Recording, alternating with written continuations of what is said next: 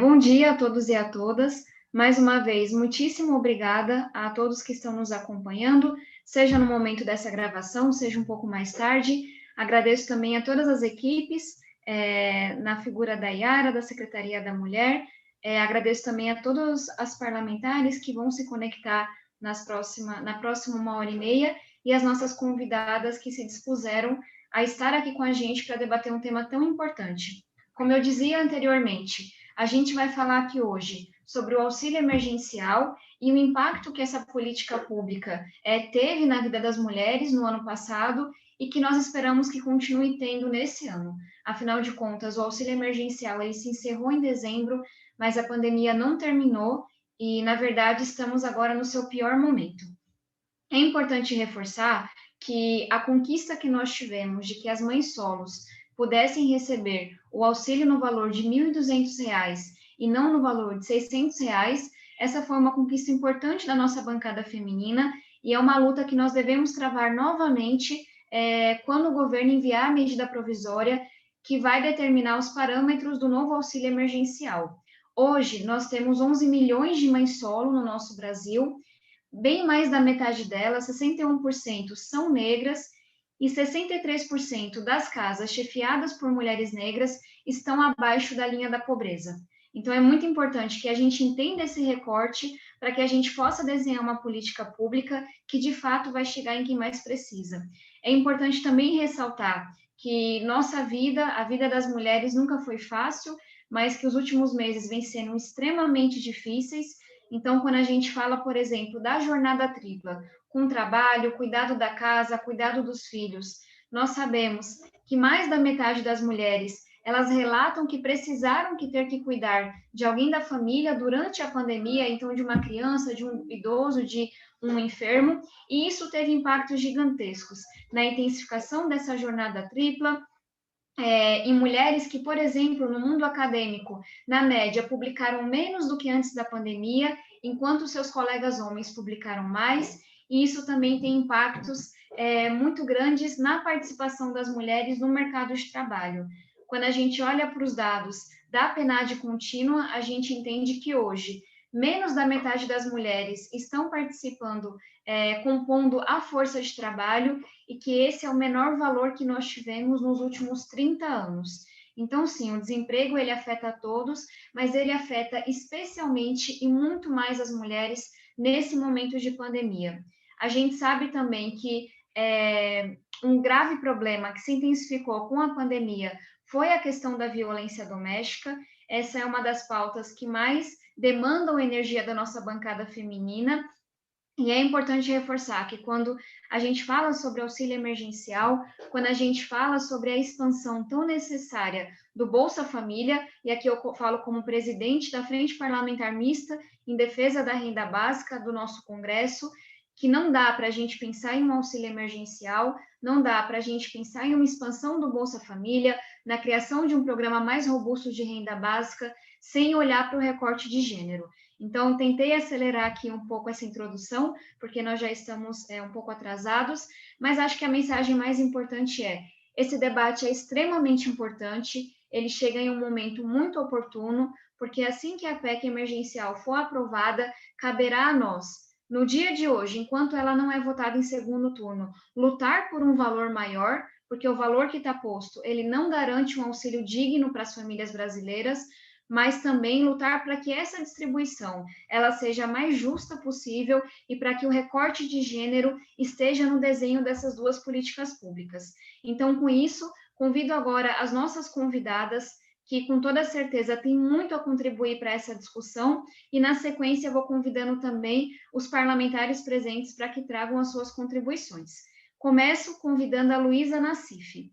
Ela é pesquisadora do programa Igualdade de Gênero e Economia e professora do programa de pós-graduação em Teoria Econômica e Políticas Públicas do Levy Economics Institute do Bard College.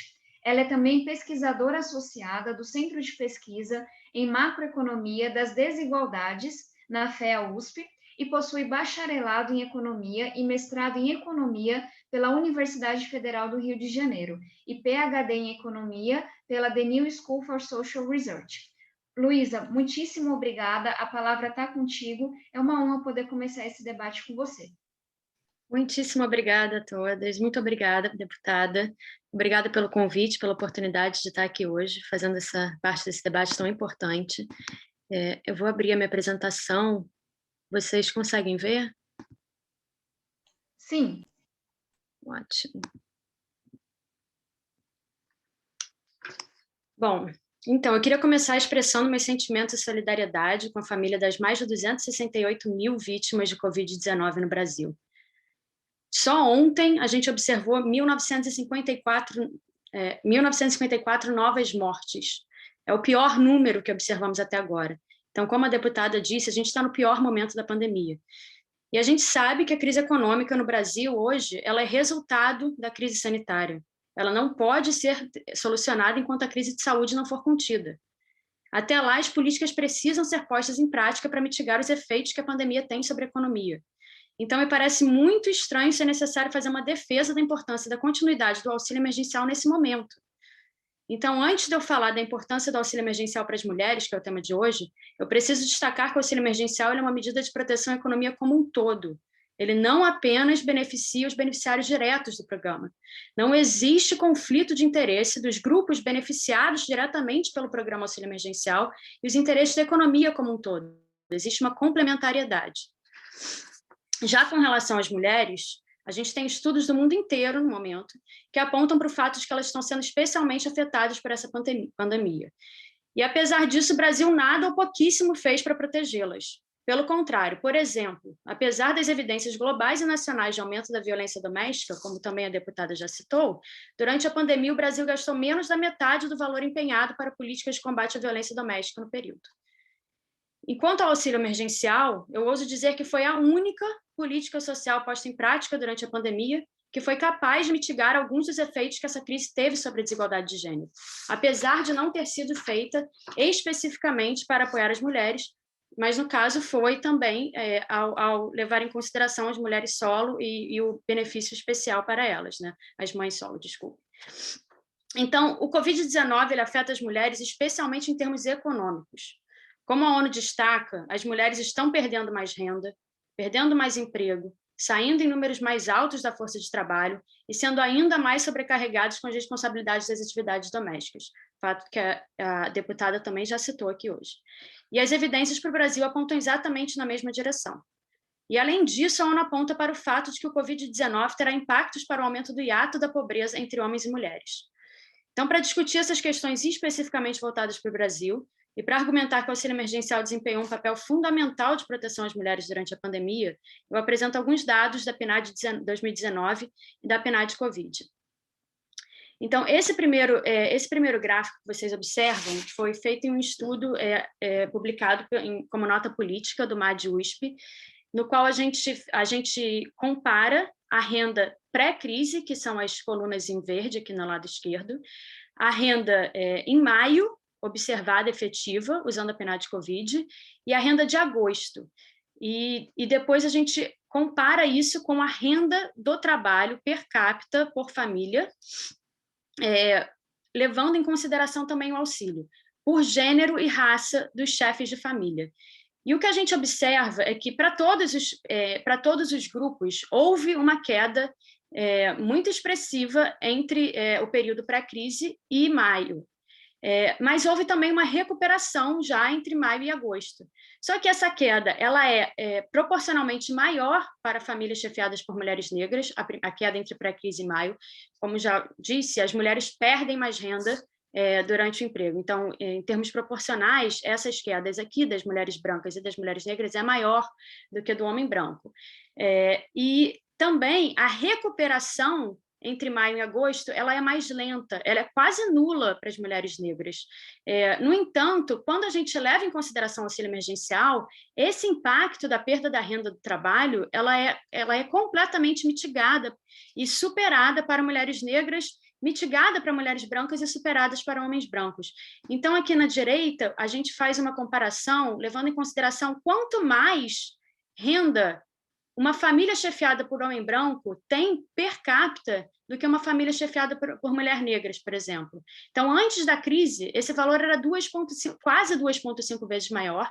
Não fosse o auxílio emergencial, teria ultrapassado essa marca de 2,5 vezes maior, e por causa do auxílio se reduz um pouco essa diferença para 2 vezes maior. Ainda é uma diferença enorme, mas o auxílio teve, para além de tudo, esse papel de reduzir desigualdades durante o período da crise. E aí, em consideração, com relação à questão da pobreza, isso são dados novos que eu mostro hoje a partir de um matching estatístico que eu fiz entre a Covid-19, desculpa, a PNAD-Covid e a PNAD de 2019, para considerar o valor do Bolsa Família na PNAD-Covid. Na PNAD-Covid, a gente não tem valor do Bolsa Família pré-crise, então a gente não tem como saber quem é que naquela PNAD-Covid, ao perder o auxílio emergencial, volta a receber o Bolsa Família. Então, eu fiz um método estatístico para imputar esse valor, e o que a gente observa é que, de fato, como a própria ONU já dizia, o hiato de pobreza, não fosse o auxílio emergencial, de extrema pobreza e de pobreza entre homens e mulheres, teria aumentado. Por causa do auxílio emergencial, a taxa de extrema pobreza, tanto para homens quanto mulheres, e a taxa de pobreza, ela não aumenta no período, ela se reduz a taxa de extrema pobreza, e o auxílio emergencial ele teve o papel de manter, ao menos, estabilizada essa taxa de pobreza, e aqui essas taxas medidas a partir das linhas do Banco Mundial, e ela consegue estabilizar essa taxa de pobreza para as mulheres. No entanto, a gente percebe que, sem o auxílio emergencial, essas diferenças teriam mudado muito. E, na verdade, o que é mais preocupante, e aqui já voltando um pouco para essa questão das mulheres negras, é quando a gente faz a comparação entre mulheres negras e brancas. E esse gráfico ele é muito semelhante ao gráfico quando eu faço a comparação entre mulheres negras e homens brancos. O principal recorte aqui, com relação à pobreza, que importa, é quando a gente junta a questão da raça e gênero. Quando a gente olha para homens negros, a gente também vê uma piora na questão da pobreza e um papel importantíssimo do auxílio emergencial. Isso ainda não é um trabalho publicado, mas assim que eu tiver ele disponível, eu envio para vocês. Mas o que é muito importante observar é que, não fosse o auxílio emergencial, a gente esperaria que a taxa de pobreza entre mulheres negras teria ultrapassado a marca de 40%. E a taxa de extrema pobreza entre mulheres negras teria chegado a quase 15%. E a distância entre os grupos de mulheres negras e mulheres brancas teria aumentado com relação à extrema pobreza. E eu queria ressaltar aqui que muitos que falam sobre o perigo de reinstaurar o auxílio emergencial, apontam para uma possível inflação, e para essas pessoas eu gostaria de dizer como que se pode dizer que existe no momento uma demanda por demais aquecida que levaria à inflação, quando você tem quase 15% da sua população negra passando fome. A solução, se de fato se acredita que existe um problema de produção no Brasil, a solução não pode ser dada pelo mercado para que mulheres negras simplesmente morram de fome para que outras pessoas possam viver. Não é assim que funciona. Isso não é uma solução econômica razoável, isso é uma solução econômica, inclusive, que vai contrariamente aos direitos humanos. E eu gostaria de ressaltar que o Brasil está voltando para o mapa da fome, já voltou para o mapa da fome e vai chegar a níveis históricos de pobreza, voltando muitos passos atrás com relação às desigualdades de gênero que foram combatidas ao longo dos anos. Isso é um retrocesso enorme e tem um efeito muito importante a ser pensado com relação à imagem que o Brasil passa para o mundo, inclusive. E aí, por fim, aqui para terminar, eu só queria ressaltar de novo, como eu disse, o auxílio emergencial ele tem diversos papéis, e um deles, isso é um estudo feito com a professora Laura Carvalho e Eduarda Ravetti, já publicado na investigação econômica, no qual a gente faz um levante assim, sobre o papel do auxílio emergencial para a economia como um todo, não só com relação a gênero e raça, mas a gente observa que o auxílio emergencial reduz reduz as desigualdades, de modo geral, de renda também, a níveis históricos no Brasil. Então, essa distribuição de renda que acontece por meio do auxílio emergencial, que é uma distribuição necessária, o Brasil é um país extremamente desigual, ela também tem um papel muito importante em fazer com que o auxílio emergencial proteja a economia nesse momento e traga um ímpeto à economia para que ela continue funcionando. Sem o auxílio emergencial, a economia para todo mundo acaba piorando. Então, não existe um conflito entre o que a gente... aqui não é necessário. Obviamente, deveria ser suficiente ser necessário mostrar o impacto do auxílio emergencial sobre as mulheres para se poder fazer uma defesa. Que isso não seja suficiente mostra, de fato, o caráter racista e o caráter machista da nossa sociedade. Mas, para além disso, o auxílio emergencial ele é bom para todos. Então, não existe motivo para que a gente não consiga aprovar essa continuidade. Muitíssimo obrigada. Muito obrigada, Luísa. Eu conheci apenas essa última pesquisa e suas contribuições são muito importantes. Como eu mencionei mais cedo, nós teremos hoje a oportunidade de ampliar o valor que foi posto pelo governo, que de fato é muito baixo, e espero que essa sua fala nos ajude a mobilizar a sociedade e o parlamento com ainda mais força. Eu gostaria de convidar, como eu mencionei mais cedo, eu vou alternar as falas das convidadas com as falas dos parlamentares, e nós temos aqui a deputada Flávia Moraes conectada. Deputada, muito bem-vinda, obrigada pela sua presença.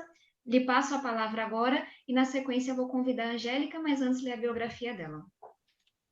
Obrigada, Tabata. Bom dia a todas as convidadas que participam conosco. Parabéns, Tabata, pela iniciativa, muito importante que nós possamos fazer essa análise sobre o foco das mulheres, e principalmente das mulheres negras, né, que quando a gente vê retomada no nosso país a situação de pobreza extrema, que foi combatida com muita força nos últimos anos, e infelizmente hoje vive um momento de retrocesso, né? Nós temos aí a volta das famílias que vivem miséria absoluta e com agravamento pela pandemia.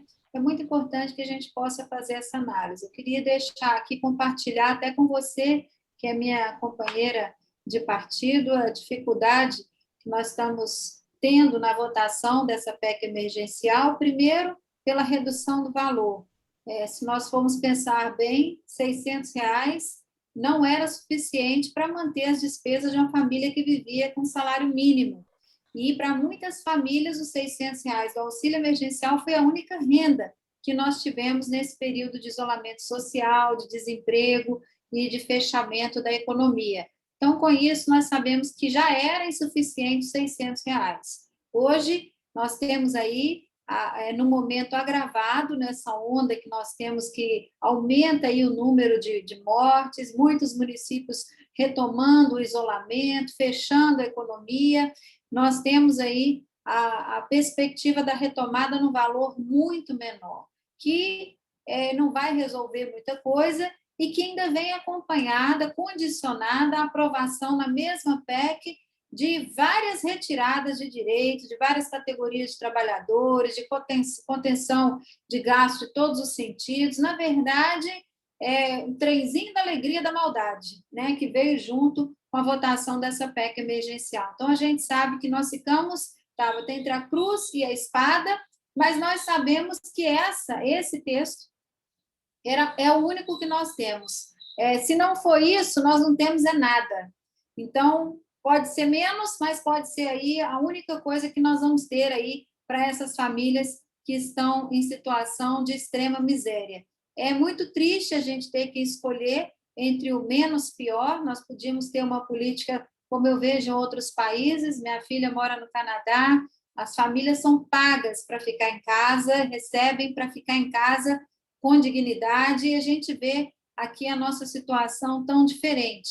Mas nós temos que avançar, continuar falando, continuar discutindo, mas também, infelizmente, nós ainda temos que aprovar matérias como essa, né, Tabata? Às vezes, a gente ainda precisa votar em textos como esse para trazer esse auxílio emergencial. Então, eu quero, mais uma vez, me colocar à disposição das mulheres para que a gente continue aí nessa nossa luta, sabendo que sempre a nossa situação de inferioridade, principalmente quando se fala em poderio econômico, né? A gente sempre precisa avançar, está abaixo, mas nós vamos avançando, e a importância de nós discutirmos, reclamarmos, falarmos sobre a insuficiência desse auxílio emergencial no momento. É o que nós temos, mas com certeza é muito insuficiente para o que nós precisamos nesse momento. Então, aqui, Tabata, eu não vou poder ficar até o final, nós estamos com sessão com outras comissões em andamento,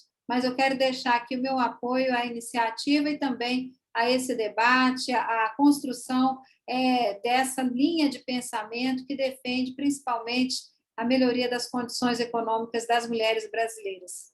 Obrigada. Muitíssimo obrigada, deputada Flávia Moraes. E queria só adicionar um outro debate que nós teremos hoje. Eu, inclusive, apresentei uma emenda para isso também, porque no texto que nós estamos votando hoje, e essa é a intenção do governo, as famílias não poderão escolher entre o auxílio emergencial e o Bolsa Família. E o que a gente precisa garantir é que elas possam optar por aquilo que é melhor para elas, o que depende, obviamente, da configuração familiar. Então, mais um debate que nós teremos mais tarde, e que seria muito importante que todos se engajassem. Pessoal, dando continuidade, eu convido agora... Qual é o maior valor do Bolsa Família que a mulher consegue, que a família consegue chegar? A gente não consegue fazer a comparação exata porque a gente não está com os valores do programa do governo. Então, o que a gente tem é o disse-me-disse, que eles estão dizendo que a média vai ser 250, mas pode ser um pouco mais, pode ser um pouco menos. Então, são Esse dois é o debates. Emergencial, né? Esse é o emergencial. Auxílio emergencial, mas e o Bolsa Família? A família que recebe um valor maior, qual o valor que está recebendo hoje? Eu não sei exatamente, eu sei que a gente vai fazer na complementação. Só um segundo. Thalita, você sabe de cabeça? Não, mas qual que ela fica na configuração final? Do Bolsa Família? De quem recebe. O valor maior, eu acho que 180. Mas com toda a renda da família dela? É. Com a complementação? Com a complementação. Então tá certo. Eu tinha a impressão que esse era só o valor que ela poderia chegar com bolsa, mas que poderia somar outra renda. Então a informação que eu recebi é que é de R$180. E aí, o que a gente, no meu entendimento, a batalha que a gente tem que fazer hoje é para que a mulher possa escolher o que é mais benéfico para ela. A configuração que a gente não sabe hoje do auxílio emergencial ou o que ela recebe do Bolsa Família. Porque os parâmetros exatos do auxílio emergencial a gente só vai saber quando o governo mandar a medida provisória e quando ela for votada aqui na Câmara e depois no Senado. Então, e isso a gente tem que tomar essa decisão hoje, sem saber quais serão os parâmetros do auxílio emergencial. Não sei se ficou claro. Tá bom?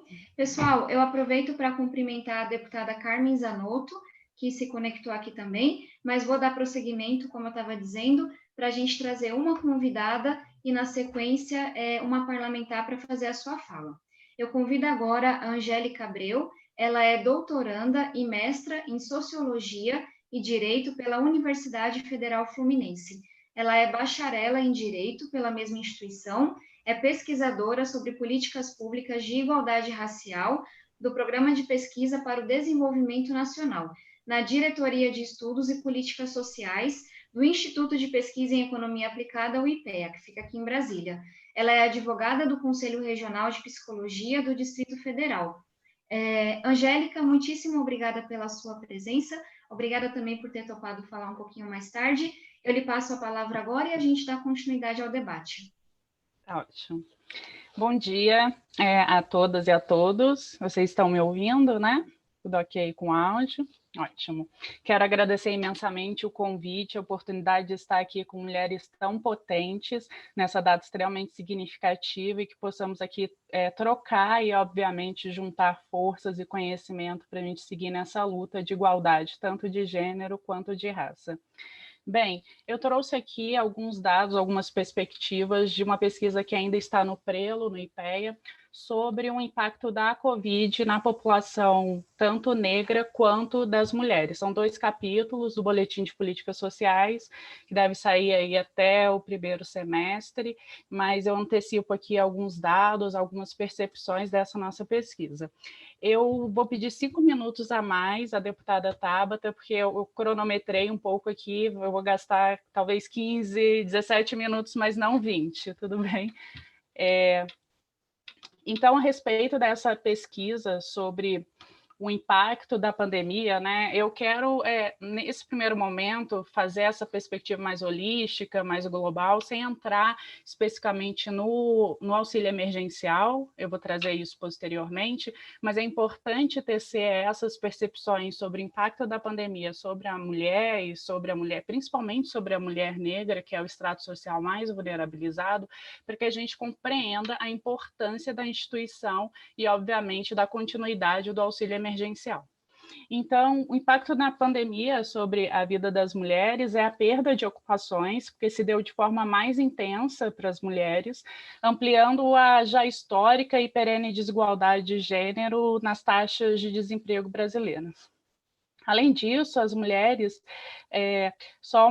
sofreram também e foram fortemente afetadas por serem a maioria daqueles que ocupam a linha de frente do combate ao novo coronavírus, estando, por exemplo, mais sujeitas à contaminação e à morte. Foram também as mulheres impactadas pelo acúmulo e sobrecarga do trabalho reprodutivo a partir das medidas de isolamento e distanciamento social. Temos aí uma jornada tripla de trabalho que, obviamente, impacta toda a vida financeira, econômica e, obviamente, o lado emocional dessas mulheres que se encontram aí em momentos de desamparo e, obviamente, alargada nesse caos pandêmico. Ainda sobre o impacto, né, sobre as mulheres em diferentes campos da vida social, os efeitos da pandemia atingiram desproporcionalmente mulheres e homens. Por exemplo, como eu disse, a superexposição ao vírus se deu de forma mais alargada às mulheres, porque a maioria desses trabalhadores que ficam na linha de frente de combate ao novo coronavírus é constituída por mulheres. Além disso, houve um aumento do trabalho doméstico não remunerado e da violência doméstica, além do desemprego e também da diminuição da produtividade em algumas áreas de trabalho, de pesquisa, enfim. Então, é importante ressaltar que as mulheres foram impactadas de forma mais intensa do que os homens, né, quanto aos efeitos da crise, e as mulheres negras, obviamente, as mulheres negras e periféricas são impactadas de forma ainda mais alargada do que as mulheres brancas de classe média alta. Então, assim, a pandemia ela reforça e aprofunda as desigualdades estruturais que seguem caracterizando a sociedade brasileira. Para além do desemprego, que foi de forma mais alargada sobre as mulheres, também temos um aumento da violência doméstica nesse período. O relatório Combate à Violência contra a Mulher no Brasil, em época de Covid, divulgado em 2019, que foi publicado em agosto pelo Banco Mundial, destaca que houve uma redução do número de denúncias de violência doméstica registrada nas delegacias de polícia, bem como na quantidade de medidas protetivas nesse mesmo período. Se dá isso, essa subnotificação, principalmente pela dificuldade de locomoção, enfim, isso não reverbera que houve diminuição da violência doméstica, muito pelo contrário.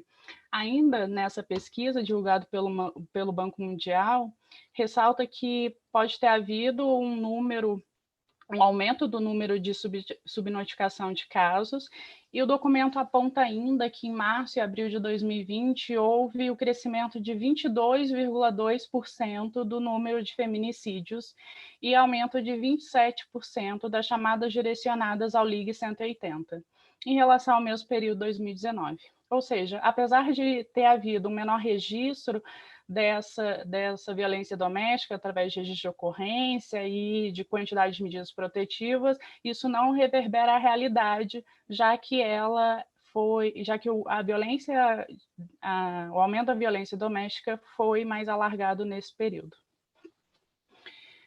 Um outro ponto que eu tenho destacado, que obviamente expõe mais as mulheres, é o fato de que elas ocupam a linha de frente, né, de saúde, é exercido majoritariamente por mulheres.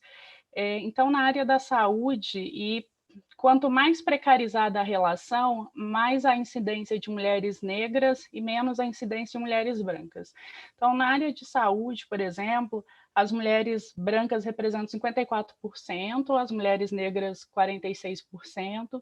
Quanto aos profissionais de atendimento, as mulheres brancas mantêm um pouco esse percentual, 56% de profissionais de atendimento direto, como assistente social, ou finalístico, como assistente social, e as negras 43%.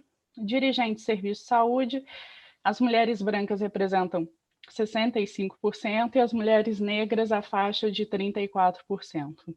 Então, como há uma maior incidência de mulheres nessa faixa, nessa linha de frente de cuidar de saúde, obviamente elas estão mais expostas a essa contaminação pelo Covid.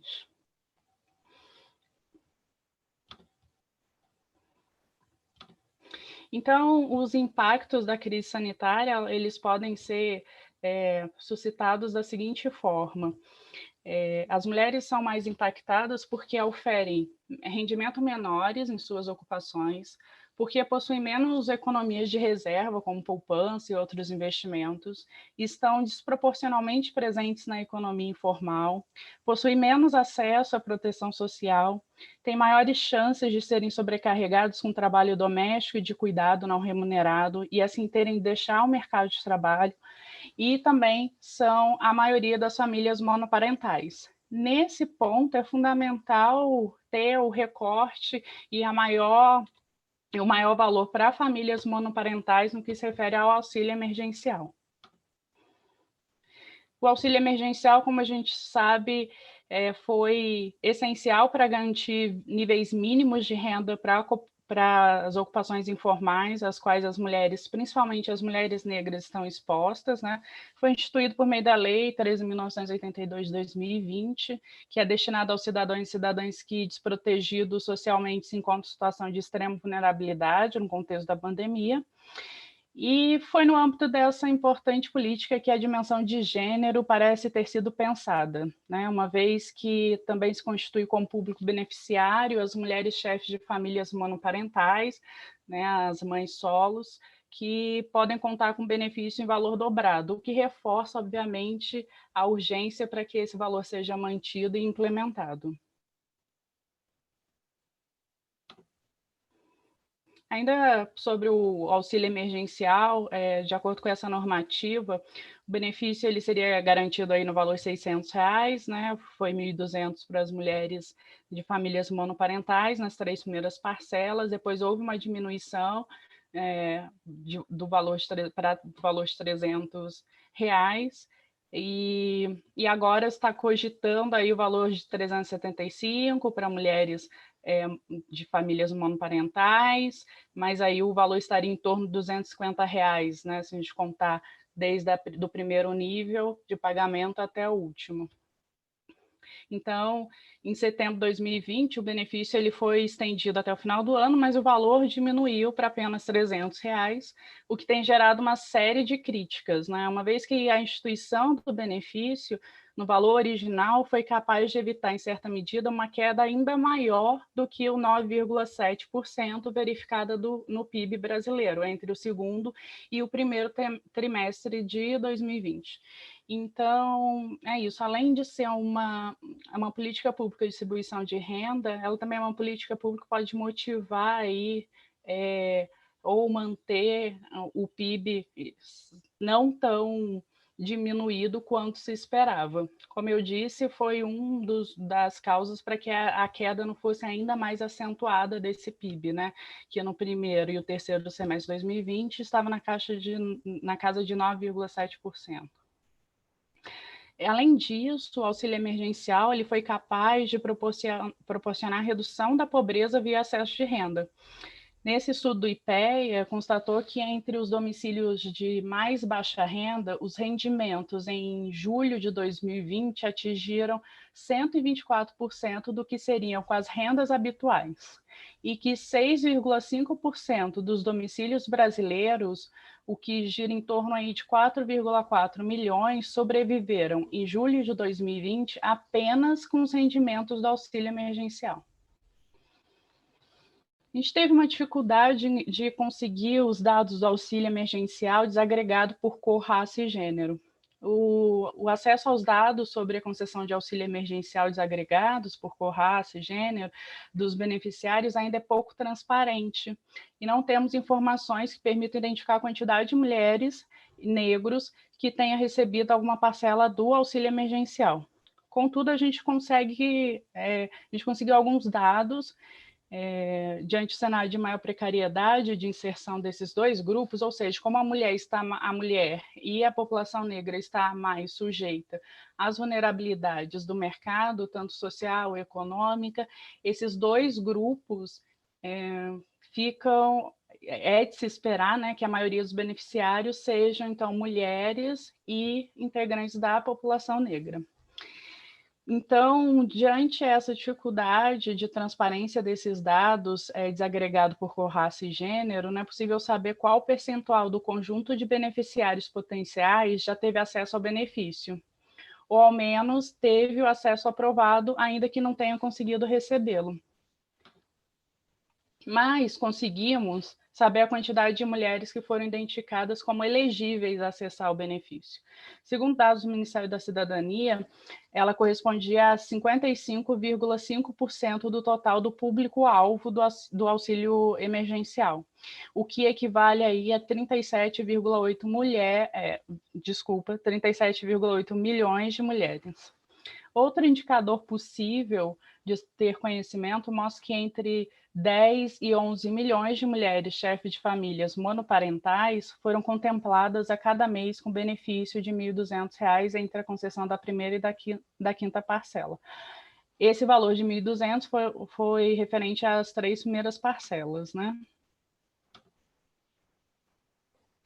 Então, e esse valor é uma quantidade, esse número global de entre 10 e 11 milhões de mulheres é uma quantia expressiva de pessoas que puderam contar com a ação do Estado para garantir esse 10 e 11 mulheres, refere-se aos núcleos monoparentais, né, que são as mães solos. Essa é uma quantidade expressiva de mulheres que puderam contar com a ação do governo para garantir condições mínimas de sobrevivência em um contexto como da pandemia, especialmente considerando que a inserção dessas mulheres no mercado de trabalho foi muito dificultada com as medidas de distanciamento social e o fechamento das escolas e serviços contraturno. Já estou fechando as considerações finais. Além de todo o contexto de vulnerabilidade, a pandemia também ressaltou a crise que a gente vive em relação aos cuidados. Numa sociedade patriarcal, obviamente, a mulher acaba assumindo a relação de cuidados desse trabalho doméstico não remunerado, cuidado com os filhos, com os pais, com os idosos. Então, a pandemia alargou ainda mais essa dificuldade em que as mulheres enfrentam e a falta de assistência social referente aos cuidados. Então, os desafios que a pandemia trouxe tendem a se aprofundar ainda mais no futuro, uma vez que estamos diante de um fenômeno que tem sido chamado ao redor do mundo de crise dos cuidados. Esse fenômeno tem relação com o envelhecimento populacional, que certamente ampliará a demanda por cuidados ao longo dos próximos anos em um cenário de redução de oferta de cuidados, seja porque as famílias têm cada vez menos filhos, seja porque as mulheres estão menos disponíveis para assumir a totalidade desse trabalho em função das suas responsabilidades no mercado de trabalho. O que estamos vivenciando ao longo dessa pandemia não deixa de ser uma prévia do que vivenciaremos no futuro, caso nada seja feito em relação à corresponsabilização pelo trabalho de cuidados. A crise de cuidados acarretada pela pandemia, com o aumento da demanda de cuidados e redução na oferta pública e privada, trouxe impactos perversos, especialmente às mulheres, que se dão tanto do ponto de vista da saúde mental quanto das perdas econômicas, com maiores taxas de desemprego e redução da população feminina na força de trabalho. Então, as lições sobre o impacto da pandemia, a gente vê na prática, tem todo um aporte teórico, indicadores, mas resta saber se a sociedade brasileira saberá enfrentar essa questão. Bem, é isso, as minhas contribuições de forma bem breve, tem alguns outros indicadores, mas vamos deixar mais para frente aí no debate. Obrigada, viu? Muitíssimo obrigada, Angélica. Uma honra poder lhe ouvir.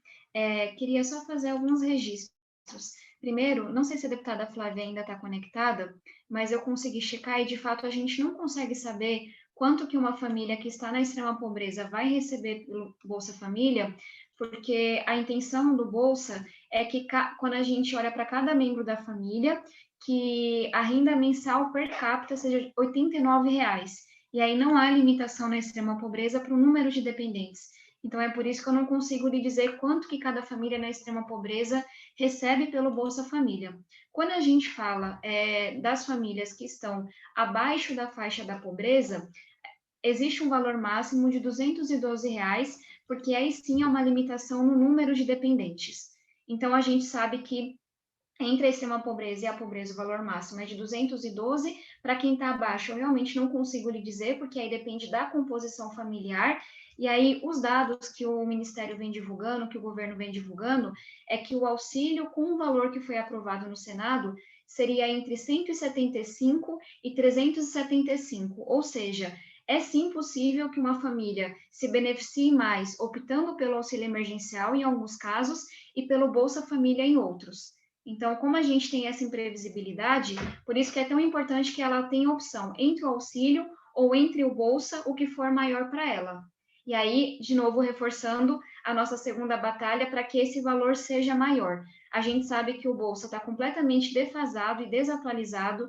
Essa é a próxima batalha que o parlamento tem que encampar, de colocar o Bolsa Família na Constituição, fazendo dele uma política de Estado e ampliando o Bolsa Família, colocando 3 milhões de crianças que estão na pobreza para dentro. Então, não sei se eu me compliquei, mas, de fato, a gente não consegue dizer qual é o valor máximo que é recebido, e por isso que eu acho que é tão importante, de antemão, no dia de hoje, a gente lutar para que haja essa escolha e lutar para que o valor do auxílio seja maior. Então, essa era a primeira consideração. Eu queria só cumprimentar as outras parlamentares que estão conectadas, então, a deputada Alice Portugal, deputada Érica Cocai, a deputada Regiane Dias, já havia cumprimentado, deputada Carmen Zanotto, e acredito que sejam essas, além da deputada Flávia Moraes. Eu vou passar a palavra agora para a deputada Regiane, para que faça a sua contribuição, e, na sequência, chamar a nossa terceira convidada. Deputada Regiane, você nos ouve? Oi, deputada Tabata. Muito bom dia. Opa, bom dia, tudo bom? Bem-vinda. Tudo bem, graças a Deus. Muito obrigada. Muito bom dia a todas as nossas convidadas, também cumprimentar as nossas colegas parlamentares, enfim, a todos que nos assistem. Primeiro, parabenizar mesmo, viu, Tabata? Eu acho que esse tema, assim, é tão importante e muito caro nesse momento à população brasileira. Eu sei que a nossa preocupação, eu acho que a Secretaria da Mulher ela exerce um papel assim, importantíssimo na defesa e na proteção das nossas mulheres. A grande preocupação agora é com o auxílio emergencial, como você bem explicou aí, né?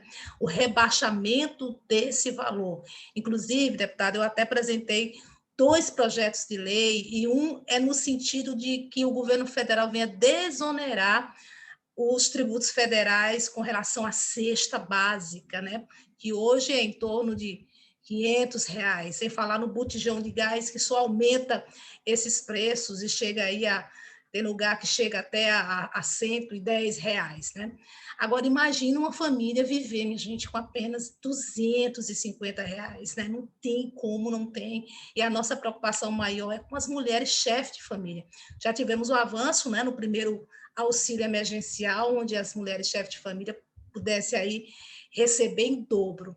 Mas agora a gente se volta aí para o segundo auxílio emergencial, e a gente não vê essa perspectiva de que realmente as mulheres possam ter acesso a um benefício mais digno. Acho que a deputada Flávia Moraes falou muito bem do exemplo do Canadá, onde as famílias recebem para poder ficar em casa, né?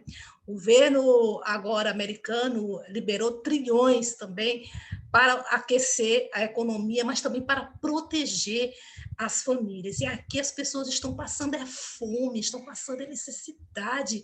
Já estamos aí quase 3 meses sem auxílio emergencial. E elas trazem esses dados aí de que a extrema pobreza aumentou nesse país, enquanto que tivemos avanços. Eu posso citar aqui o governo do presidente Dilma, da presidenta Dilma, do presidente Lula, né, quando conseguiu tirar o Brasil do mapa da fome.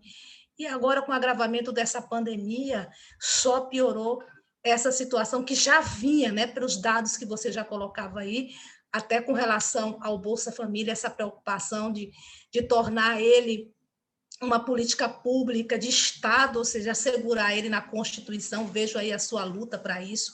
Pode contar com o meu apoio, porque eu entendo que é importantíssimo. Eu que já fui secretária de assistência social aqui no estado do Piauí, bem no início da implantação do Bolsa Família, a gente sabe que para as famílias pobres, que não têm nenhuma renda, que não têm emprego, esses benefícios, em meio a uma pandemia como essa, garantir, gente, a sobrevivência para que as crianças não morram desnutridas, principalmente aqui no Nordeste. Então, quero aqui, mais uma vez, dizer da minha alegria de poder participar dessa roda de conversa aqui com vocês e parabenizar realmente pelo tema que é urgente, é pertinente e muito caro à população brasileira nesse momento tão difícil que nós estamos atravessando. Muitíssimo obrigada, deputada Rejane. Conto demais com a sua participação, inclusive para que a gente possa retomar nossa comissão especial, da qual eu sei que você faz parte, para colocarmos o Bolsa na Constituição e para ampliarmos o seu alcance. Eu vou passar agora a leitura da biografia, um breve resumo, como é com todas as convidadas, da Maria Lúcia Vieira. Ela é mestre em Economia pela Escola de Pós-Graduação em Economia da FGV do Rio de Janeiro, trabalha no IBGE desde 2002. Em 2006, assumiu a gerência da Pesquisa Nacional por Amostras de Domicílios, a PNAD, em 2013 e 2019. Entre 2013 e 2019, atuou coordenando a Pesquisa Nacional de Saúde. Atualmente está à frente da Coordenação de Trabalho e Rendimento, subordinada à Diretoria de Pesquisas do IBGE, onde é responsável pela coordenação do Sistema Integrado de Pesquisas Domiciliares, que agrega as pesquisas PNAD contínua, a Pesquisa Nacional de Saúde, PNS, e a Pesquisa de Orçamento Familiar, POF e PNAD Covid. Ela é representante do IBGE no Grupo de Pesquisas Domiciliares da Conferência das Estatísticas das Américas, CA-CEPAL. Muitíssimo obrigada por ter aceitado o nosso convite. A palavra está contigo e bem-vindo ao nosso debate. Bom dia a todas e todos. Queria agradecer o convite e poder estar aqui ouvindo as falas tão relevantes e importantes aí das colegas que já fizeram e das deputadas. Eu vou fazer uma apresentação de alguns resultados da PNAD Covid. Se puderem colocar a apresentação aí para mim, porque eu estou no celular. Ela foi enviada, e acho que para a Yara e a Yara para a Thaisa. Já está colocando. Está aqui já. Então, a PNAD Covid ela foi implementada no mês de maio de 2020. Logo que a gente começou o trabalho remoto, a gente ficou com a preocupação de que a gente não fosse conseguir continuar a coleta da PNAD contínua, né? Porque a PNAD contínua é uma pesquisa que foi feita para ser realizada presencialmente e a gente passou a ter que fazer por telefone, porque ficamos todos trabalhando remotamente. Então, a gente implementou a PNAD Covid e a gente teve a oportunidade de colocar algumas perguntas que fossem voltadas para o momento que a gente estava vivendo naquela época e que persiste até hoje. Então, a pesquisa ela foi colocada muito rapidamente, em 2 meses ela foi pensada, planejada, implementada e coletada. Então, ela entrou como estatística experimental, ela está lá no nosso site, na parte de estatística experimental. Se puder passar para o próximo. Então, eu vou dar um panorama assim, do mercado de trabalho masculino e feminino dentro daquele período da PNAD-Covid. A gente hoje está divulgando os resultados do último trimestre de 2020 da PNAD contínua. Os resultados são bem próximos ao que eu vou apresentar aqui pela PNAD-Covid, tá? Mas, bom, a gente sabe que a maior parte da população brasileira ela é composta por mulheres, né? 51% aproximadamente ela é de mulheres. Mas quando a gente olha em termos de mercado de trabalho, especialmente dentro da população ocupada, não é o que a gente observa, né? Então, a gente já vê lá em maio, dos 84,4 milhões de pessoas ocupadas, 36 milhões eram mulheres e 48 milhões eram homens, né? E aí, ao longo dos períodos, do período de maio a novembro, a gente observa que, em julho, a gente chegou ali no menor nível de população ocupada feminina e masculina, sendo que, em novembro, a população ocupada masculina já tinha se recuperado e ultrapassado aquele contingente que tinha sido observado em maio, o que não ocorreu entre a população feminina, né? Então, a gente tinha, em maio, 36 milhões de mulheres ocupadas, e em novembro eram 35 milhões de mulheres. Bom, eu vou mostrar depois como é que isso se deu em termos de atividade, em termos de posição na ocupação. No próximo slide, a gente vai ver o seguinte, que no primeiro instante da pandemia, lá em maio, junho, julho, muitas pessoas foram mantidas ainda dentro do trabalho que elas tinham, mas elas ficaram afastadas. Embora elas tivessem o trabalho, elas ficaram afastadas devido à pandemia, né, por motivo da pandemia, daquele trabalho que tinham, embora ainda vinculadas. Então, dos 18,9 milhões de pessoas ocupadas, a gente vê que a maior parte eram as mulheres, né? 10 milhões entre os 18 milhões de pessoas ocupadas devido à pandemia. Bom, esse número se reduziu ao longo dos meses, entretanto, a gente ainda tem aí um percentual maior entre as mulheres. Parte dessa população que estava afastada voltou para o trabalho que tinha, mas parte perdeu o trabalho que tinha, né? Parte foi dispensada ou pediu dispensa devido às outras atividades que ela deveria conciliar, né? Que a gente sabe de casa, de família, de filhos. A gente, nesse período, as crianças ficaram sem aula presencial, ficaram em trabalho remoto, grande parcela, isso a gente observou também na pesquisa PNAD-Covid, e esse papel cabe fundamentalmente à mãe, né, de acompanhar essa atividade, né, dentro de casa, que é acompanhar as atividades que os filhos estão fazendo da escola, daqueles que conseguiram fazer as atividades online de escola. No próximo, a gente vai ver que, aí, ao longo dos meses, da população que estava afastada por gênero, né? Então, a gente vê que 27,8% da população ocupada feminina, em maio, foi afastada do trabalho que tinha. Reduz aí ao longo do período, mas em novembro a gente ainda tem aí 7%, que é um percentual ainda superior ao dos homens, né? Que é de 4%. Então, a gente vai ver agora também a seguir, da questão do trabalho remoto, e a gente vai ver que das mulheres que trabalharam na semana, que não estavam afastadas, que elas estavam trabalhando, o trabalho remoto ficou mais a cargo da mulher também, né? Então, aí, intensificando essa carga, essa jornada de trabalho tripla que ela tem. A gente vai ver a seguir. Nessa tabela, o que eu quero mostrar é qual foi a categoria que foi mais afetada entre as mulheres, né? Então, a gente está vendo aí que, em maio, na quarta linha, a gente tem aí o trabalhador doméstico sem carteira. 33,6% das trabalhadoras domésticas, 95% dos trabalhadores domésticos são mulheres. Tá? Então, a gente pode falar aí de uma categoria que é feminina praticamente. Então, 33,6% elas foram afastadas do trabalho que tinham, e, de uma forma geral, foi o emprego informal que sofreu mais naquele início de pandemia, né? Foram as pessoas que trabalhavam mais informalmente, que ou perderam o trabalho ou ficaram afastadas do trabalho que tinham. E no caso do conta própria, o conta própria que não trabalha, não recebe, né? Então, a gente tem aí também que 22,5% dos trabalhadores por conta própria ficaram afastados, e a gente vai ver depois que uma parcela considerável sem qualquer rendimento proveniente do trabalho. Tá? A gente também tem a empregado do setor privado sem carteira, 22,9%, mas, de uma forma geral, então, foi o trabalhador informal que sofreu mais logo no início da pandemia, que se recuperou, né, mas que ainda a gente tem, ali no caso do trabalhador doméstico, os percentuais de mulheres afastadas ainda significativos.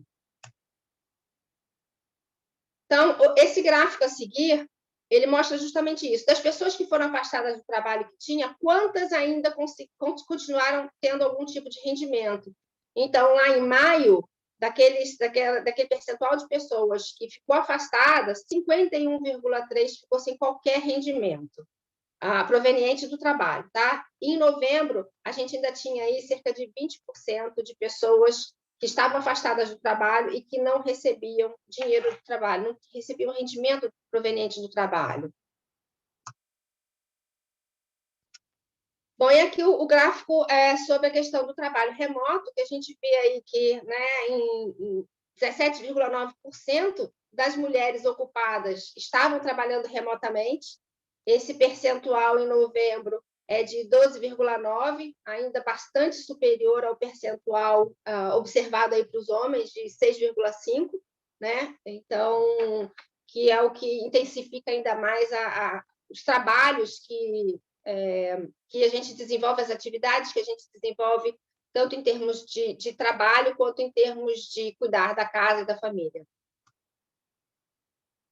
Bom, por grupamento de atividade, eu coloquei esse gráfico para a gente ver também a questão de que, embora a gente tenha observado aí nesses últimos 2, 3 meses, né, uma recuperação do mercado de trabalho, aqueles setores que são essencialmente que a participação feminina ela é maior do que a masculina, como no caso de serviços domésticos e na parte de alojamento e alimentação, são os setores que praticamente os dois únicos que não voltou com contingente de pessoas ocupadas ao patamar que estava em maio. Né? Isso porque maio eu já estou pegando aí um valor que não é pré-pandemia. Né? Em maio a gente já estava na pandemia e já estava tendo reflexo. Então, como a pesquisa começou em maio, eu não consigo ver para março, abril, mas possivelmente a gente está muito abaixo do que, né, estaria muito abaixo do que estaria lá em março, abril. Então, a gente tem ali alojamento e alimentação de 4,7 milhões de pessoas para 4,6, e na parte de serviços domésticos, de 4,6 para 4 milhões de pessoas.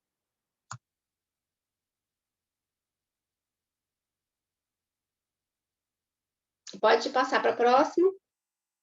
Aqui praticamente uma tabela similar à que eu já tinha apresentado, só que agora eu não estou vendo mais apenas qual foi a categoria da ocupação que foi mais afastada, né? Aqui eu estou vendo o contingente da população ocupada por categoria da ocupação, e, né, só para corroborar aqui a questão do trabalhador doméstico, especialmente o sem carteira.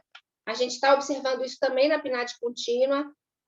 Teve uma redução grande em função da questão do afastamento, da questão de que as pessoas com menos renda elas acabam contratando menos trabalhadores domésticos, e porque as mulheres estão em casa, em trabalho remoto ou desocupadas, elas acabam dispensando as diaristas que elas tinham, as trabalhadoras domésticas, porque elas passam a desenvolver essas atividades dentro de casa. E também o conta própria, né, que aí a gente tem mantém aí um patamar abaixo do que tinha pré-pandemia. A gente está com 23,9 milhões de pessoas ocupadas, um valor inferior ao que a gente viu em maio, de 24,5. E dentro dessa categoria de conta própria, tem muitas mulheres que estariam trabalhando na área na parte de serviço de alimentação, né? De pessoas que fazem comida para vender e outros serviços que elas atendem. Bom, a próxima é sobre a taxa de desocupação. Historicamente, as mulheres têm taxas de desocupação maiores do que a dos homens, né? Lembrando que a definição da taxa de desocupação é para as pessoas que não trabalharam uma semana de referência, mas que buscaram trabalho e estavam disponíveis para começar a trabalhar caso conseguissem.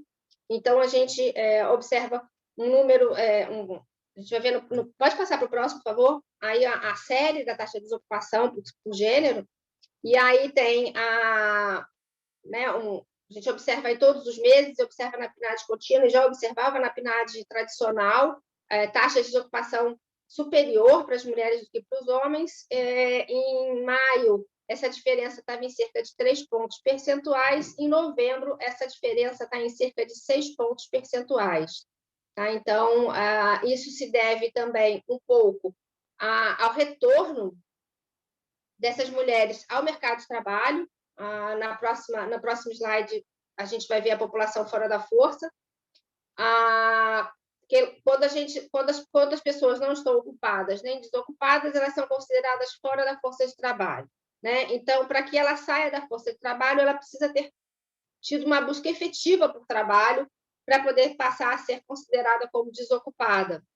Então, essa redução que a gente vê aí de 46,6 milhões de mulheres para 45,6 milhões de mulheres da população fora da força é o retorno dessas mulheres em busca de alguma ocupação, de alguma atividade. Bom, o que a gente precisa observar é como é que isso vai se comportar daqui para frente.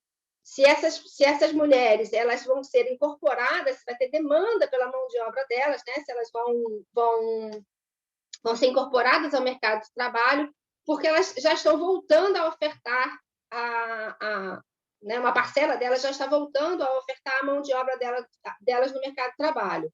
Então, depende de como é que a economia vai reagir na contratação dessas mulheres ou não. Eu espero, né, na verdade, é só uma esperança mesmo de que esse retrocesso que houve aí no mercado de trabalho em relação à população feminina, que isso seja só circunstancial. Foram muitos avanços, a gente observou ao longo dos anos, embora ainda persista a diferença de rendimento por sexo, a gente observou lento, mas algum avanço nessa desigualdade de rendimento, que intensificou agora durante esse período da pandemia, né? Então, eu espero que, passando esse período, que a gente volte a conquistar essa igualdade, né? Que a gente volte com essa... Espero realmente que seja algo circunstancial e que passe. No próximo slide, a gente vai ver a questão do auxílio emergencial. Minha fala está sendo bem breve, tá? Porque eu tinha poucas coisas em relação a gênero a sexo já prontas, mas eu queria muito ter trazido a questão do auxílio emergencial por sexo, mas eu não consegui. Mas a gente tem aí nesse slide no próximo, alguns resultados sobre como é que o auxílio foi implementado, né? Então, lá de maio a julho, cresceu o percentual de domicílios em que algum morador recebeu auxílio emergencial, tá? Algum morador, porque a gente podia ter dois moradores dentro do mesmo domicílio. De acordo, né, com o cadastramento e com que eles foram sendo liberados, esse auxílio ele aumenta, o percentual de domicílios aumenta lá até o mês de julho, e depois ele passa a cair. Isso ocorre em todas as grandes regiões. O auxílio ele ficou bem mais focado aí nas regiões norte e nordeste, né? São regiões com rendimentos domiciliares menores, com uma característica de informalidade maior também que as demais regiões.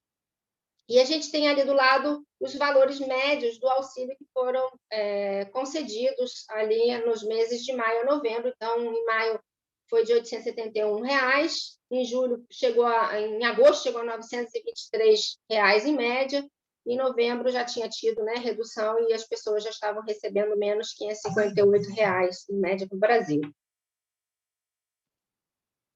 Bom, e por fim, esse é o último slide, eu queria mostrar aqui, esse gráfico ele mostra, a gente divide a população, né, por décimos de renda, e são pessoas residentes em domicílios que recebia o programa de transferência de renda que estava recebendo auxílio emergencial.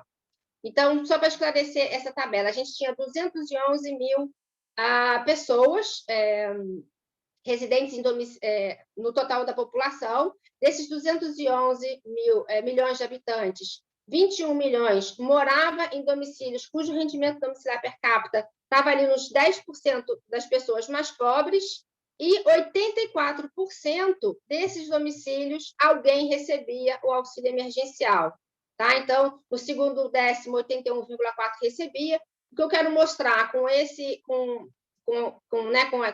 essa tabela é o quanto o auxílio que foi colocado de forma emergencial foi bem focalizado, né, nas famílias cujos rendimentos domiciliares per capita eram os menores, ali bem concentrados nos 3, 4 primeiros décimos de renda.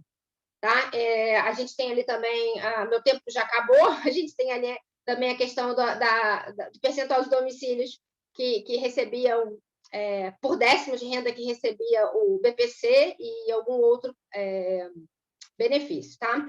Então, por último, aqui a gente tem esses slides, próximo slide, é só mesmo assim para fazer uma homenagem a nós todas, dizer que a gente está em todas as áreas, que a gente, né, professora, pedreira, fazendo, né, mulheres fortes, atletas do campo, então e ali aquelazinha ali do canto inferior direito da mulher trabalhando com a criança no colo, que tem sido a realidade de muitas de nós nesses últimos tempos, e reforçar a fala de que a gente tem uma luta grande aí pela frente, mas que eu tenho esperança que seja uma situação, que esse retrocesso tenha sido circunstancial. Muito obrigada a todas. Muitíssimo obrigada, Maria Lúcia. Obrigada pelo seu trabalho, pelas pesquisas que você apresentou e também pela forma inspiradora como encerrou a sua fala. Eu vou convidar agora a deputada Érica Cocai a trazer a sua contribuição e, na sequência, passo a nossa quarta palestrante, que será a Maria Silvia. Deputada Érica, bem-vinda ao nosso debate. Obrigada, deputada Tabata. Eu queria saudar a realização desta discussão no momento em que o parlamento ele vivencia o debate de uma PEC, de uma emenda constitucional, que alguns atribuem que é uma emenda que diz respeito ao auxílio emergencial, como de fato não é. E fazer esse recorte de gênero é absolutamente fundamental, porque nós sabemos do impacto do auxílio emergencial, e foi feito no ano passado no Brasil, o impacto dele no desenvolvimento da própria economia. Há estudos que pontuam que no mínimo 8% de retração no PIB foi evitado em função do auxílio emergencial. Nós sabemos que o auxílio emergencial, quando ele chega para uma população de baixa renda, ele vai direto para o conjunto da economia viva, porque ele representa a possibilidade das pessoas consumirem e acionar uma série de cadeias produtivas.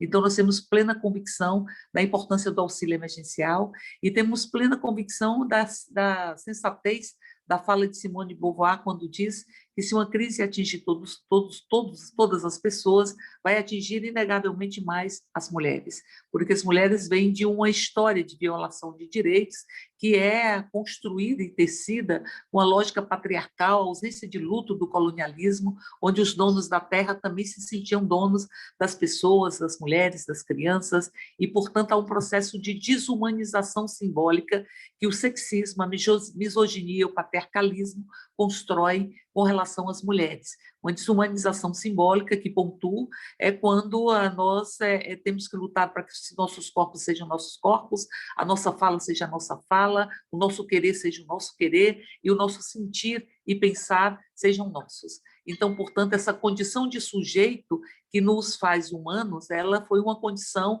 que foi negada às mulheres durante tantos anos e ainda é negada em grande medida, agora com muitos tetos de vidro. Se os tetos são de vidro, não são percebidos, e ao não serem percebidos, não se combate o que não se vê. E, ao mesmo tempo, como não se percebe, a exclusão das mulheres nos espaços de poder, elas passam a ter a culpabilização das mulheres pelas condições que lhe fazem e que constrói tantas violações de direitos. São os desafios que estão postos. E eu queria dizer da importância do auxílio emergencial, como aqui já foi pontuado, que nós temos, neste momento, uma proposta que eles dizem que é de auxílio emergencial. Não é. Não é. Nós não temos discussão de auxílio emergencial na Câmara nesse momento. O que nós temos é um teto para o gasto com auxílio emergencial em uma proposta que posteriormente poderá ser ou enviada pelo Executivo. E o teto é de 44 bilhões. 44 bilhões é mais ou menos 7 vezes menos do que se gastou no ano passado com auxílio emergencial, que foi por volta de 300 bilhões, um pouco menos do que isso. Então, portanto, você tem 44 bilhões em 4 meses e são 11 bilhões por mês. 11 bilhões por mês, quando nós, com o auxílio de R$300, e defendemos que o auxílio se mantenha em 600, com as famílias dirigidas, monoparentais, dirigidas por mulheres, com auxílio para estas mulheres de 1.200, mas nós tínhamos um impacto de 25 bilhões, então nós vamos estar trabalhando com menos da metade. E com uma temporalidade, não deveria haver nenhum tipo de temporalidade. A temporalidade, a extinção do auxílio emergencial, ela deveria ser relacionada à diminuição do nível dos índices de infecção. Então, portanto, não dá para eu dizer que é porque a pandemia, e ela se arrasta muito em função da ausência de uma atuação do governo que possa realmente enfrentar a pandemia nos seus vários aspectos, há um negacionismo, que não é só com relação à pandemia, é um negacionismo estrutural que nega também a discriminação de gênero, que nega a discriminação racial e que vai negando uma realidade, e quando se nega a realidade, essa realidade nos açoita, e açoita de forma muito intensa os corpos muito específicos. Qualquer necropolítica, e nós estamos vivenciando uma necropolítica, uma política da morte no país, ela vai atingir mais os corpos femininos, os corpos negros, ela atinge mais corpos muito específicos. Então, eu diria que nós não estamos em discussão no auxílio emergencial nesse momento, apenas um teto para o gasto do auxílio emergencial quando a proposta adentrar essa casa. Mas nós temos nesta PEC algo que vai atingir muitas mulheres, não apenas porque o serviço público, que é mais extensivo e que a população entendeu quem são nossos heróis e heroínas nesse momento, eles não vestem farda, eles vestem jaleco branco, eles não portam armas, mas portam giz, mas assim, a saúde e a educação, em grande medida, são as mulheres que ali estão. E ali você vai ter um ataque muito grande aos serviços públicos, aos servidores e servidoras. Nós vamos ter, e aí está em curso uma reforma administrativa que desconstrói o Estado e que tira o Estado de bem-estar social, coloca o Estado como subalterno da atuação do próprio mercado, mas, para além disso, essa reforma administrativa tira a estabilidade, e ao tirar a estabilidade, tira a memória e tira a autonomia, ou seja, fragiliza a atuação dos servidores e servidoras. Nós sabemos quem são as maiores vítimas de assédio sexual e moral nesse país. As maiores vítimas de assédio sexual, as maiores vítimas de doenças mentais relacionadas ao ambiente de trabalho, que é um ambiente agressivo e nocivo, somos nós mulheres. Até porque nós temos uma dupla e uma tripla jornada que vai reafirmando uma concepção de gênero, que é fruto de uma concepção de gênero, e reafirma a concepção de gênero de que os lugares para as mulheres são lugares restritos ao espaço doméstico. Isso é uma construção de gênero que nos impõe esse nível de discriminação e nos tira as ruas, nos tira as noites, nos tira os palanques, nos tira os microfones e o acesso às canetas que decidem os rumos do país. Mas também é essa concepção de lugares de mulher são lugares restritos, que faz com que a mulher tenha dificuldade de adentrar os espaços públicos, em função da dupla e da tripla jornada. Por isso, essa discussão, e eu encerro com isso, é tão importante. Nós precisamos do auxílio emergencial, que seja um auxílio emergencial realmente digno, mas nós precisamos deixar e denunciar que, em nome de um auxílio emergencial, eles estão estabelecendo um teto, porque quando nós aprovamos o auxílio emergencial, no ano passado, nós aprovamos os critérios e aprovamos o valor. Nós não aprovamos a quantidade, né? Nós não aprovamos o valor do auxílio. E ali o governo viu que eram mais de 60 milhões de pessoas, nós vimos tudo isso, que faziam jus àquele auxílio. E ali foi depositado o recurso necessário para arcar com isso, para arcar com aquele valor mensal do auxílio emergencial, e é dentro daqueles critérios. Agora é o inverso. Eles estão dizendo qual é o teto que vai se gastar com o auxílio emergencial. E depois vai se ver como é que isso vai ser distribuído, como disse, num valor 7 vezes menor. Isso vai penalizar muito mais as mulheres. Por isso, nesse mês de março, é preciso fazer valer. Reforma administrativa que penaliza servidores e o Estado vai penalizar mais as mulheres, porque as mulheres que se organizam, que dirigem, que lutam por políticas públicas, em grande maioria. Há uma pesquisa aqui que indica que 75% das pessoas que estão nos hospitais da nossa cidade, e eu sou do Distrito Federal e de Brasília, são mulheres que carregam seus meninos, que carregam os vizinhos, que carregam os parentes para o hospital quando há necessidade.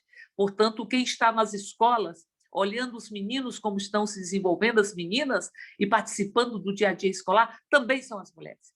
Não dá para se admitir qualquer política que não tenha um recorte de gênero, e não dá para se admitir qualquer política pública que não tenha a participação das mulheres. Por isso eu me despeço agradecendo muito o dia de hoje, eu saio muito feliz de ter compartilhado tantas falas importantes para reafirmar que nós mulheres o que queremos é o direito de sermos nós mesmas. É o poder, como disse Simone de Beauvoir, e com ela me calo, o poder de sermos nós mesmas, de que possamos sentir e pulsar a coragem, que seja reconhecida a coragem que carregamos, porque a nossa felicidade é sempre uma felicidade muito guerreira, numa sociedade que as portas se fecham e que nós abrimos, para que nós possamos nos colocar em movimento e movimentar o conjunto da sociedade. Um grande abraço e parabéns pela condução, deputada Tabata, e parabéns à secretaria pela discussão. Muito obrigada, deputada Érica Cocai, por todas as suas contribuições. Eu vou agora apresentar a nossa quarta convidada, a Maria Silvia. Ela é advogada, é presidenta do GELEDS, Instituto da Mulher Negra, é membro da Coalizão Negra por Direitos, é mestranda no programa Diversitas, ou Diversitas, peço desculpas, da FEFELESH USP, é conselheira seccional e presidenta da Comissão de Igualdade Racial da OAB São Paulo. Muitíssimo obrigada por ter aceitado o nosso convite, seja muito bem-vinda, lhe passo a palavra agora. Obrigada, deputada Tabata, bom dia a todas as pessoas que nos assistem. Cumprimento, deputada Tabata, e estendo a todas as deputadas aqui presentes minhas saudações.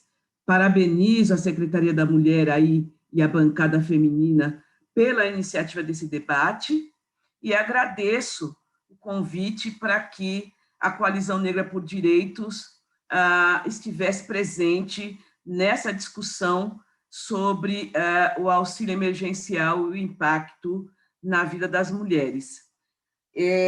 A Luísa Nassif, a Angélica e a Maria Lúcia facilitaram extremamente aqui o trabalho, porque elas já trouxeram todos os dados extremamente relevantes para nós pensarmos a situação das mulheres neste contexto de pandemia, né?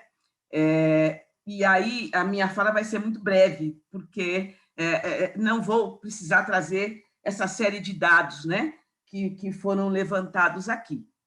Mas eu li um texto recentemente que dizia que, em tempos de crise, o direito das mulheres são os primeiros a serem suprimidos. Vocês me ouvem bem, né? Tudo bem aí? Ok, obrigada.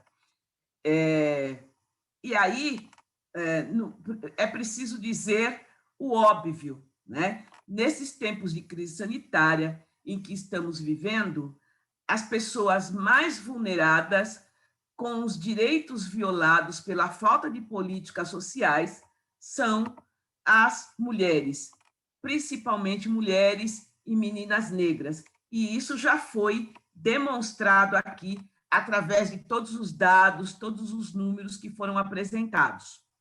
As mulheres e meninas negras, as quilombolas, as indígenas, as trans, ribeirinhas, campesinas, enfim, somos as que mais estamos sendo impactadas por essa pandemia.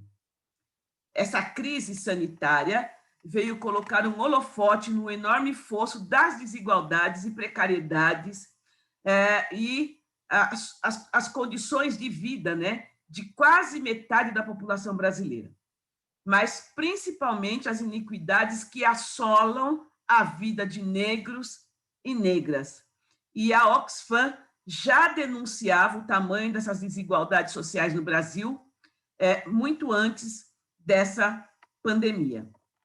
Quando falamos em desigualdades, é pensar no lugar historicamente determinado para a população negra, mas reforço, principalmente, o forte impacto desse histórico na vida das mulheres negras.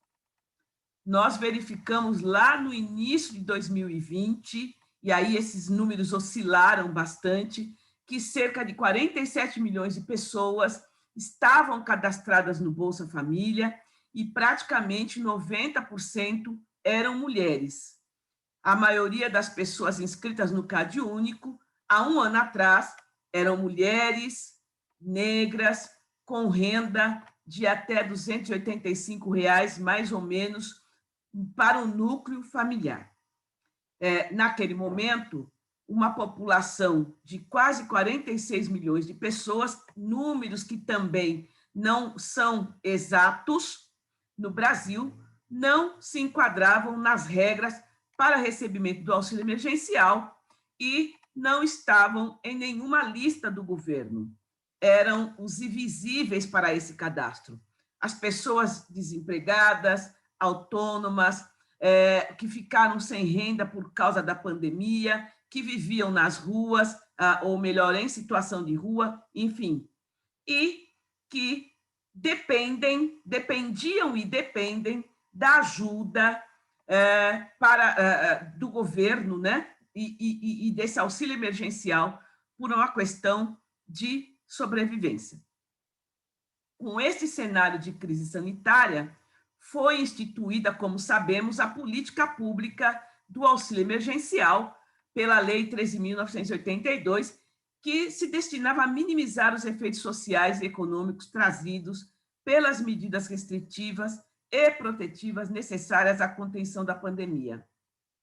É preciso notar que essa política foi criada a partir de uma intensa pressão da sociedade civil organizada e que essa pressão permanece na busca de medidas sociais estruturantes, né? E que, como sabemos também, o auxílio emergencial durou até dezembro de 2020.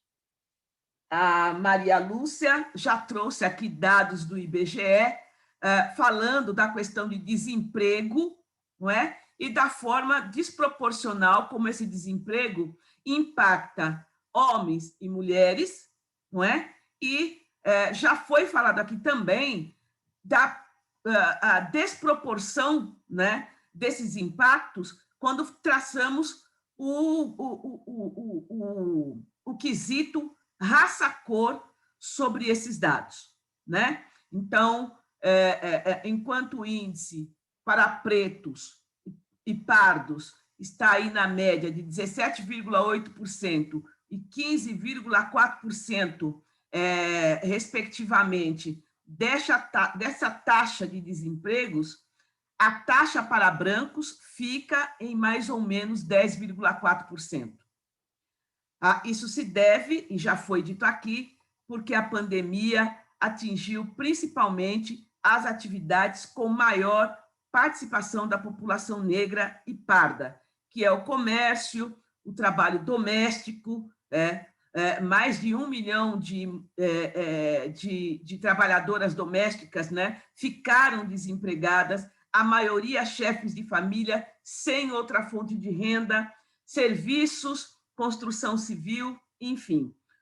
O impacto também foi grande no setor informal, que é composto majoritariamente por pessoas negras, né?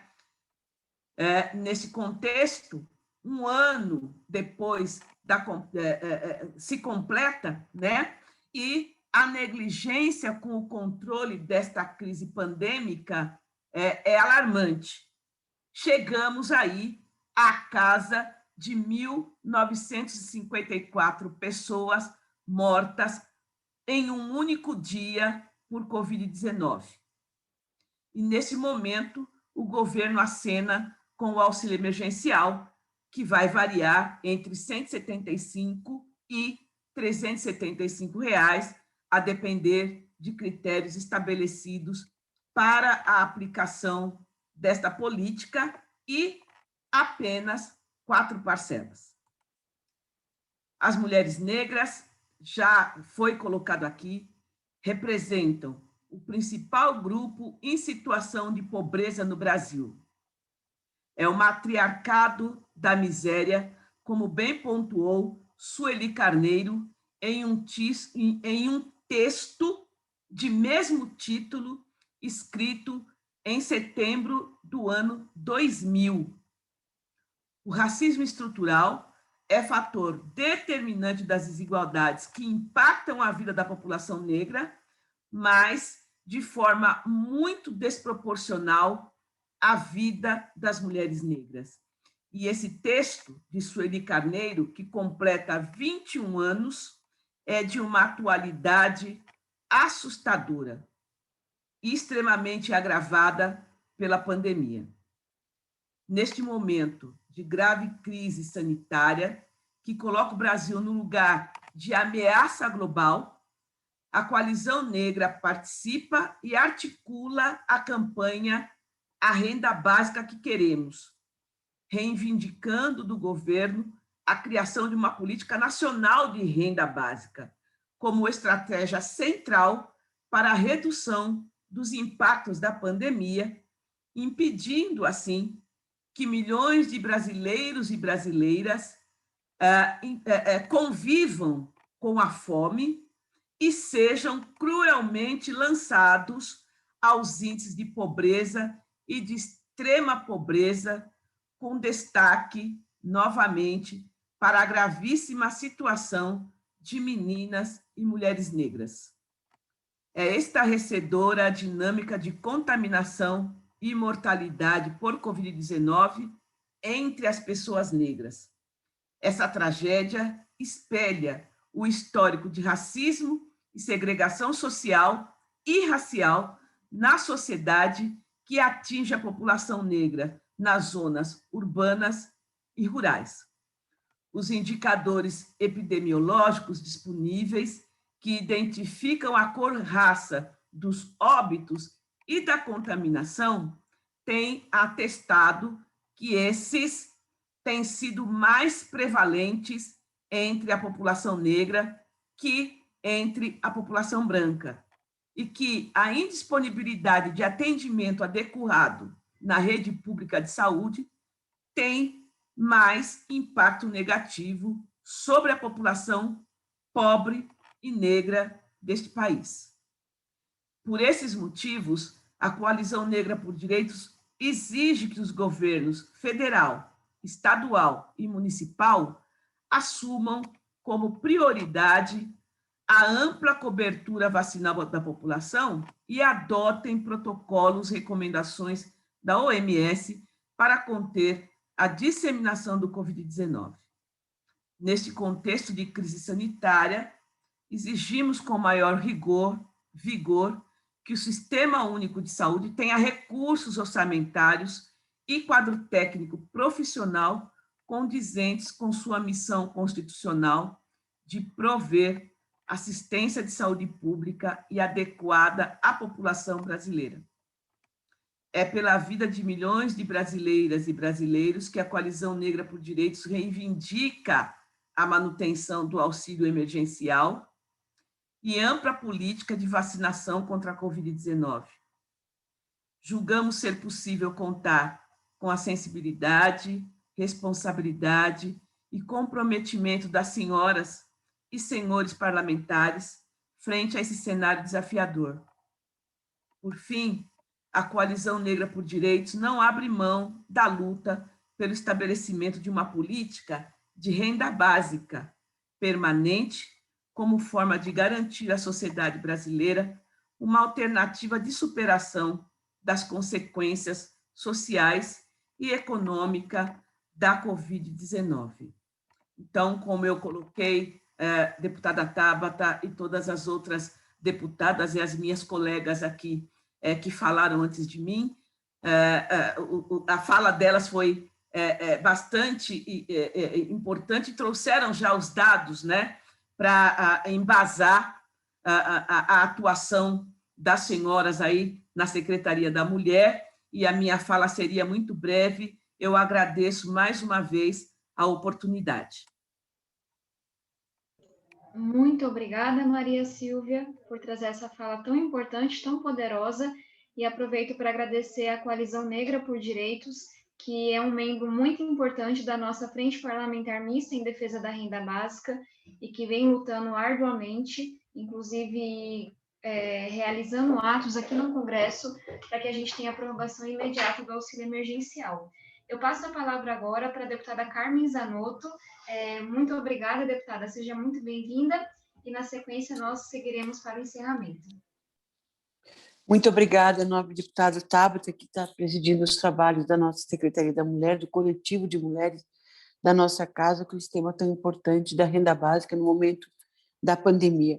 Eu só não consegui acompanhar as falas da doutora Luísa Nassif, porque tinha tido uma informação de que a nossa reunião teria sido cancelada, mas eu quero, então, saudar a doutora Maria Lúcia Vieira, a doutora Angélica Abreu, a doutora Maria Silvia, este coletivo de mulheres que estão participando conosco desta manhã, tratando deste tema tão importante. Eu sou enfermeira de formação e tenho certeza que o impacto na vida das mulheres é muito maior nessa pandemia, em função de que nós temos uma característica que é o cuidar, né? O que é o cuidar?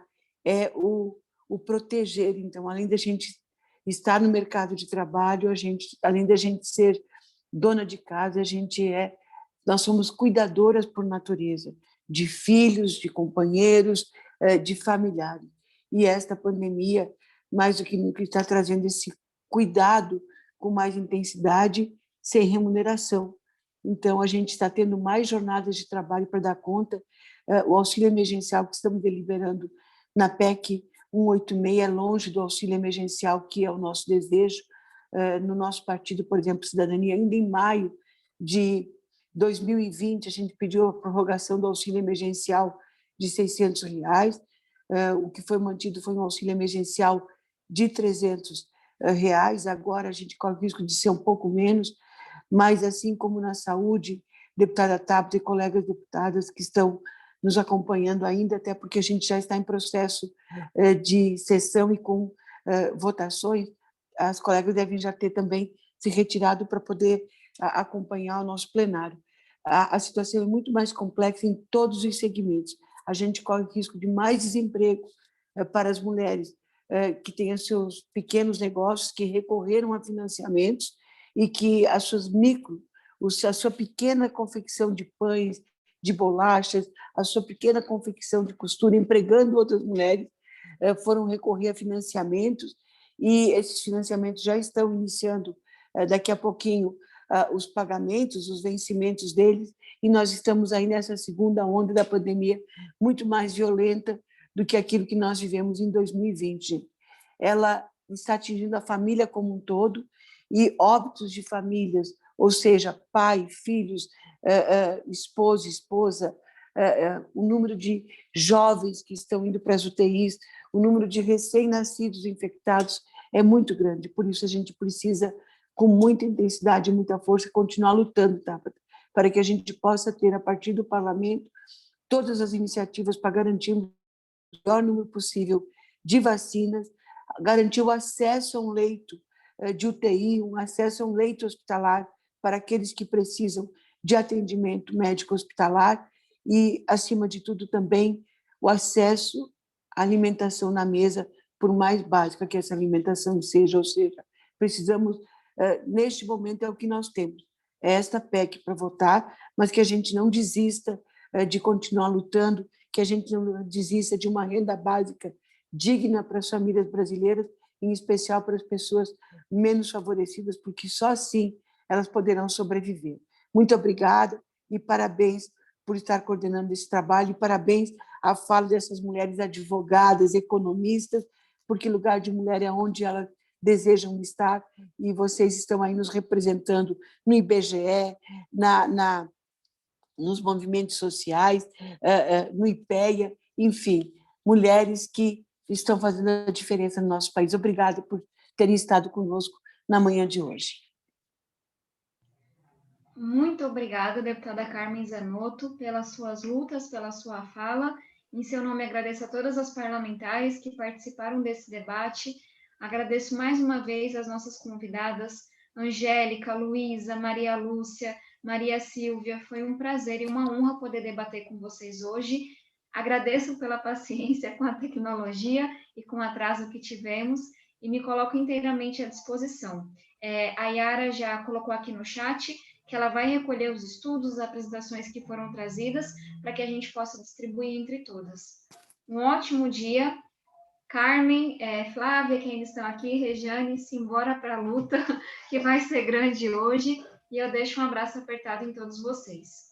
Muitíssimo obrigada. Tchau, tchau. Tchau, obrigada. Beijo grande a todos. Tchau, obrigada.